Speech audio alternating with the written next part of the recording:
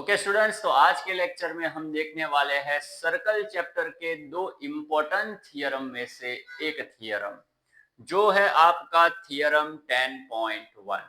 Students, अगर आपको exam में अगर ये थियरम आपको पूछा जाए और अगर आपको पूरे मार्क लाने हैं तो मैंने जिस तरीके से यहाँ पर लिखा है बहुत ही इजी लैंग्वेज में लिखा है, मैं आपको समझाने वाला हूँ। अगर आपने इस तरीके से लिखा तो 101% आपको पूरे मार्क मिलेंगे।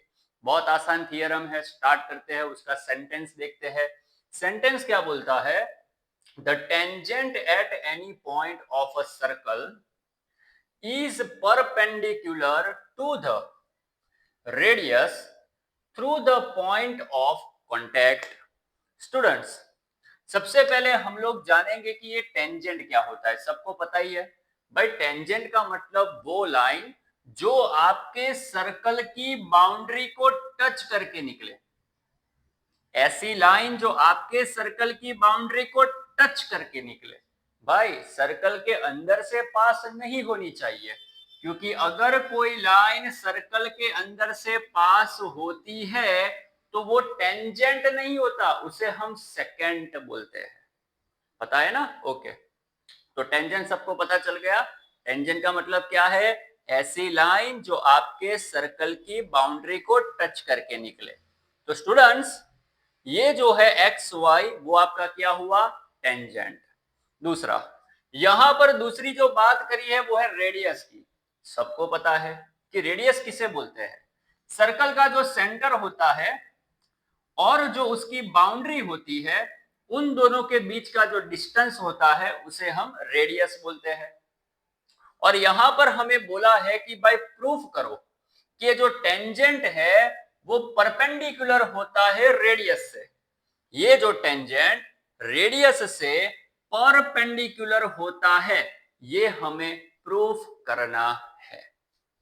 तो स्टूडेंट, सबसे पहले आपको क्या करना है? हम सब जानते हैं कि कोई भी थियरम स्टार्ट करने से पहले, सबसे पहले उसका प्रूफ देने से पहले हम दो चीज लिखते हैं। Number one given and number two to prove. Students, तो गिवन में हम क्या लिखेंगे? देखो भाई, गिवन के लिए आपको ये जो फिगर दिख रही है ना, उसी को एक्सप्लेन करना है। भाई, आपको फिगर में क्या दिख रहा है? आपको फिगर में एक लाइन दिख रही है एक्स वाई, जो आपके सर्कल जिसका सेंटर ओ है उसकी बाउंड्री को पॉइंट पी के पास इंटरसेक्ट कर रही है। यही दिख रहा है ना? बस उसी को बहुत ही इजी लैंग्वेज में लिखना है। आप अपनी लैंग्वेज में लिख सकते हो, मैंने यहां पर बहुत ही आसानी से लिखने की कोशिश करी है, ध्यान से देखो। तो सबसे पहले गिवन में क्या करना है? इसी फिगर को एक्सप्लेन करना है। कैसे करेंगे वो देखो। Line X Y intersect the circle of centre O at point P. Line X Y intersect करती है एक ऐसे सर्कल को जिसका सेंटर ओ है, और कहां पर इंटरसेक्ट करती है? पी पर। तो लिखा, आप अपने शब्दों में लिख सकते हो, बराबर। जो फिगर है उसी को एक्सप्लेन करना है। ओके, उसके बाद हम लोग क्या लिखते हैं? To prove. भाई, यहां पर हमें प्रूव क्या करना है? हमें यहां पर यह प्रूव करना है कि ये जो रेडियस है और ये जो टेंजेंट है वो दोनों परपेंडिकुलर है। मतलब कि हमें प्रूव करना है OP is perpendicular X Y. हमें क्या प्रूव करना है? OP is perpendicular X Y, या फिर आप एक्स वाई परपेंडिकुलर ओपी भी लिख सकते हो ना, दोनों में से कोई भी लिखो चलेगा। ओके, तो दो पॉइंट सबको समझ में आ गए, गिवन और टू प्रूफ। उसके बाद अब हमें इसका प्रूफ देना है। स्टूडेंट्स, प्रूफ देने के लिए आपको याद रखना है 3 पॉइंट। मैं यहां पर आपको 3 पॉइंट में पूरा प्रूफ खत्म करूंगा, और अगर आपने इसी तरीके से इजी लैंग्वेज में इन 3 पॉइंट को लिखा तो आपको पूरे मार्क मिल जाएंगे। तो स्टूडेंट, स्टार्ट करते हैं। प्रूफ कैसे देना है? सबसे पहले क्या करना है देखो। प्रूफ करने के लिए सबसे पहले आपको ये जो एक्स वाई लाइन है जिसे आप टेंजेंट मानते हो, बराबर ना, उसके ऊपर एक पॉइंट लेना है क्यू, और उसके बाद आपको ओ को क्यू से जोड़ देना है। मतलब प्रूफ का पहला पॉइंट क्या है? प्रूफ में आप पहला पॉइंट क्या याद रखोगे? एक्स वाई पर एक पॉइंट क्यू लो, जो P से अलग होना चाहिए, बराबर। ये पॉइंट Q P पर नहीं होना चाहिए, P से अलग। तो XY पर P से अलग एक पॉइंट Q लो और O को Q से जोड़ दो। तो देखो आपका पहला पॉइंट क्या हो गया, take a point Q on XY other than P and joint OQ। Take a point Q on XY other than P and join OQ। कितना इजी है। सेकंड पॉइंट, सेकंड पॉइंट में आपको क्या करना है, देखो सेकंड पॉइंट में आपको ये बोलना है कि भाई ये जो पॉइंट Q हमने लिया ना, वो पॉइंट हमारे सर्कल से बाहर होना चाहिए। क्यों?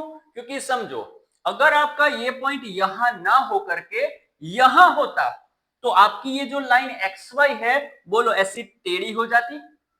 देखो यहां पर फील करो, अगर आपका देखो पॉइंट P तो यहां पर ही है, लेकिन मान लो आपका पॉइंट Q यहां पर ना होकर के बीच में होता, यहां पर कहीं पर, तो आपकी ये जो लाइन है वो टेढ़ी हो जाती कि नहीं हो जाती। और अगर आपकी लाइन ऐसे हो गई, अगर आपकी लाइन ऐसे हो गई, तो इसको आप क्या बोलते हो, सेकेंट बोलते हो ना। लेकिन क्वेश्चन में किसकी बात करी है, टेंजेंट की। तो बस आपको दूसरे पॉइंट में यही बोलना है कि भाई ये अपना जो पॉइंट Q है ना, वो सर्कल से बाहर होना चाहिए, अंदर नहीं। क्यों? क्योंकि अगर ये अंदर हुआ तो अपना जो टेंजेंट है वो सेकेंड बन जाएगा, लेकिन हमें सेकेंड का कोई काम नहीं है। तो देखो भाई, वही जो मैंने आपको समझाया वही मैं लिखूंगा, आप अपने वर्ड में भी लिख सकते हो। देखो कैसे लिखेंगे, the point Q must lies outside of circle. Point Q circle के आउटसाइड होना चाहिए, as P and Q are different. और दूसरी बात, ये जो Q है ना वो P से डिफरेंट होना चाहिए, दोनों अलग होना चाहिए, बराबर। दूसरा, if Q lies inside the circle XY will become second and not a tangent. मैंने बोला वही है ना, क्या बोलते हैं कि अपना जो पॉइंट Q है वो कहां होना चाहिए, बाहर होना चाहिए। If Q lies inside the circle, अगर भाई ये इनसाइड होता तो वो तो सेकेंड बन जाता, नॉट अ टेंजेंट। लेकिन यहां पर तो बात किसकी हो रही है भाई, टेंजेंट की हो रही है। समझ में आया ना। तो बस ये अपने दो पॉइंट हो गए। अब तीसरा पॉइंट क्या लिखना है, देखो तीसरा पॉइंट सिर्फ इतना ही लिखना है, सो OQ is longer than radius. भाई ये तो सबको पता चल गया, अब हमने प्रूफ कर दिया, अब हमने बता दिया, अब हमने बोल दिया, क्या बोल दिया कि अपना जो पॉइंट Q है वो कहां पर है, अंदर नहीं बाहर है। और अगर अपना पॉइंट Q यहां बाहर है तो आप सरेआम देख सकते हो, देखो आपका जो OQ है ना वो OP से बड़ा है। दिख रहा है ना, आपका जो OQ है वो OP से बड़ा है, OP का मतलब रेडियस। तो थर्ड पॉइंट में बस इतना ही लिखना है, सो OQ is greater than OP। देखो, सो OQ is longer than radius OP। और इसी को हम ऐसे भी लिख सकते हैं, देखो OQ is greater than OP। समझ में आया। बस ये तीन पॉइंट हमारे कंप्लीट हो गए। अब उसके बाद सिर्फ क्या लिखना है, this happens for every point on the XY except P। This happens का मतलब क्या, ये आपका OQ OP से बड़ा होगा। और ये जो है ना वो हरेक पॉइंट के लिए है, किसके हरेक पॉइंट, XY के। P के अलावा XY का कोई भी पॉइंट अगर आप ले लोगे ना तो हरेक पॉइंट के लिए यही होगा। कैसे, समझो, मान लो आपने आपका पॉइंट Q इधर से उठा करके इधर पे रख दिया, तो भाई अगर आपका पॉइंट Q इधर पे आ जाता है तो इसको जोड़ दो, तो अभी भी आप देख सकते हो कि आपका जो OQ है वो OP से तो बड़ा ही होगा ना। अगर आप अपने Q को इधर पे ले लेते हो तो भी आप चेक कर लो, आपका OQ OP से बड़ा ही होगा। इसका मतलब always OQ is greater than OP होगा। किसके लिए, XY के हर एक पॉइंट के लिए सिर्फ P को छोड़ देना है, P के अलावा हर एक पॉइंट के लिए OQ is greater than OP। बस हो गया। और उसके बाद सीधा ही लिख दो, so we can say that OP is perpendicular to XY। बस हो गया, आपका थ्योरम खत्म। और OP is perpendicular to the XY, जिसको हम लिखेंगे OP is perpendicular to XY। इसको ऐसे भी लिख सकते हो, ऐसे भी लिख सकते हो। तो इस तरीके से आपको थ्योरम याद रखना है।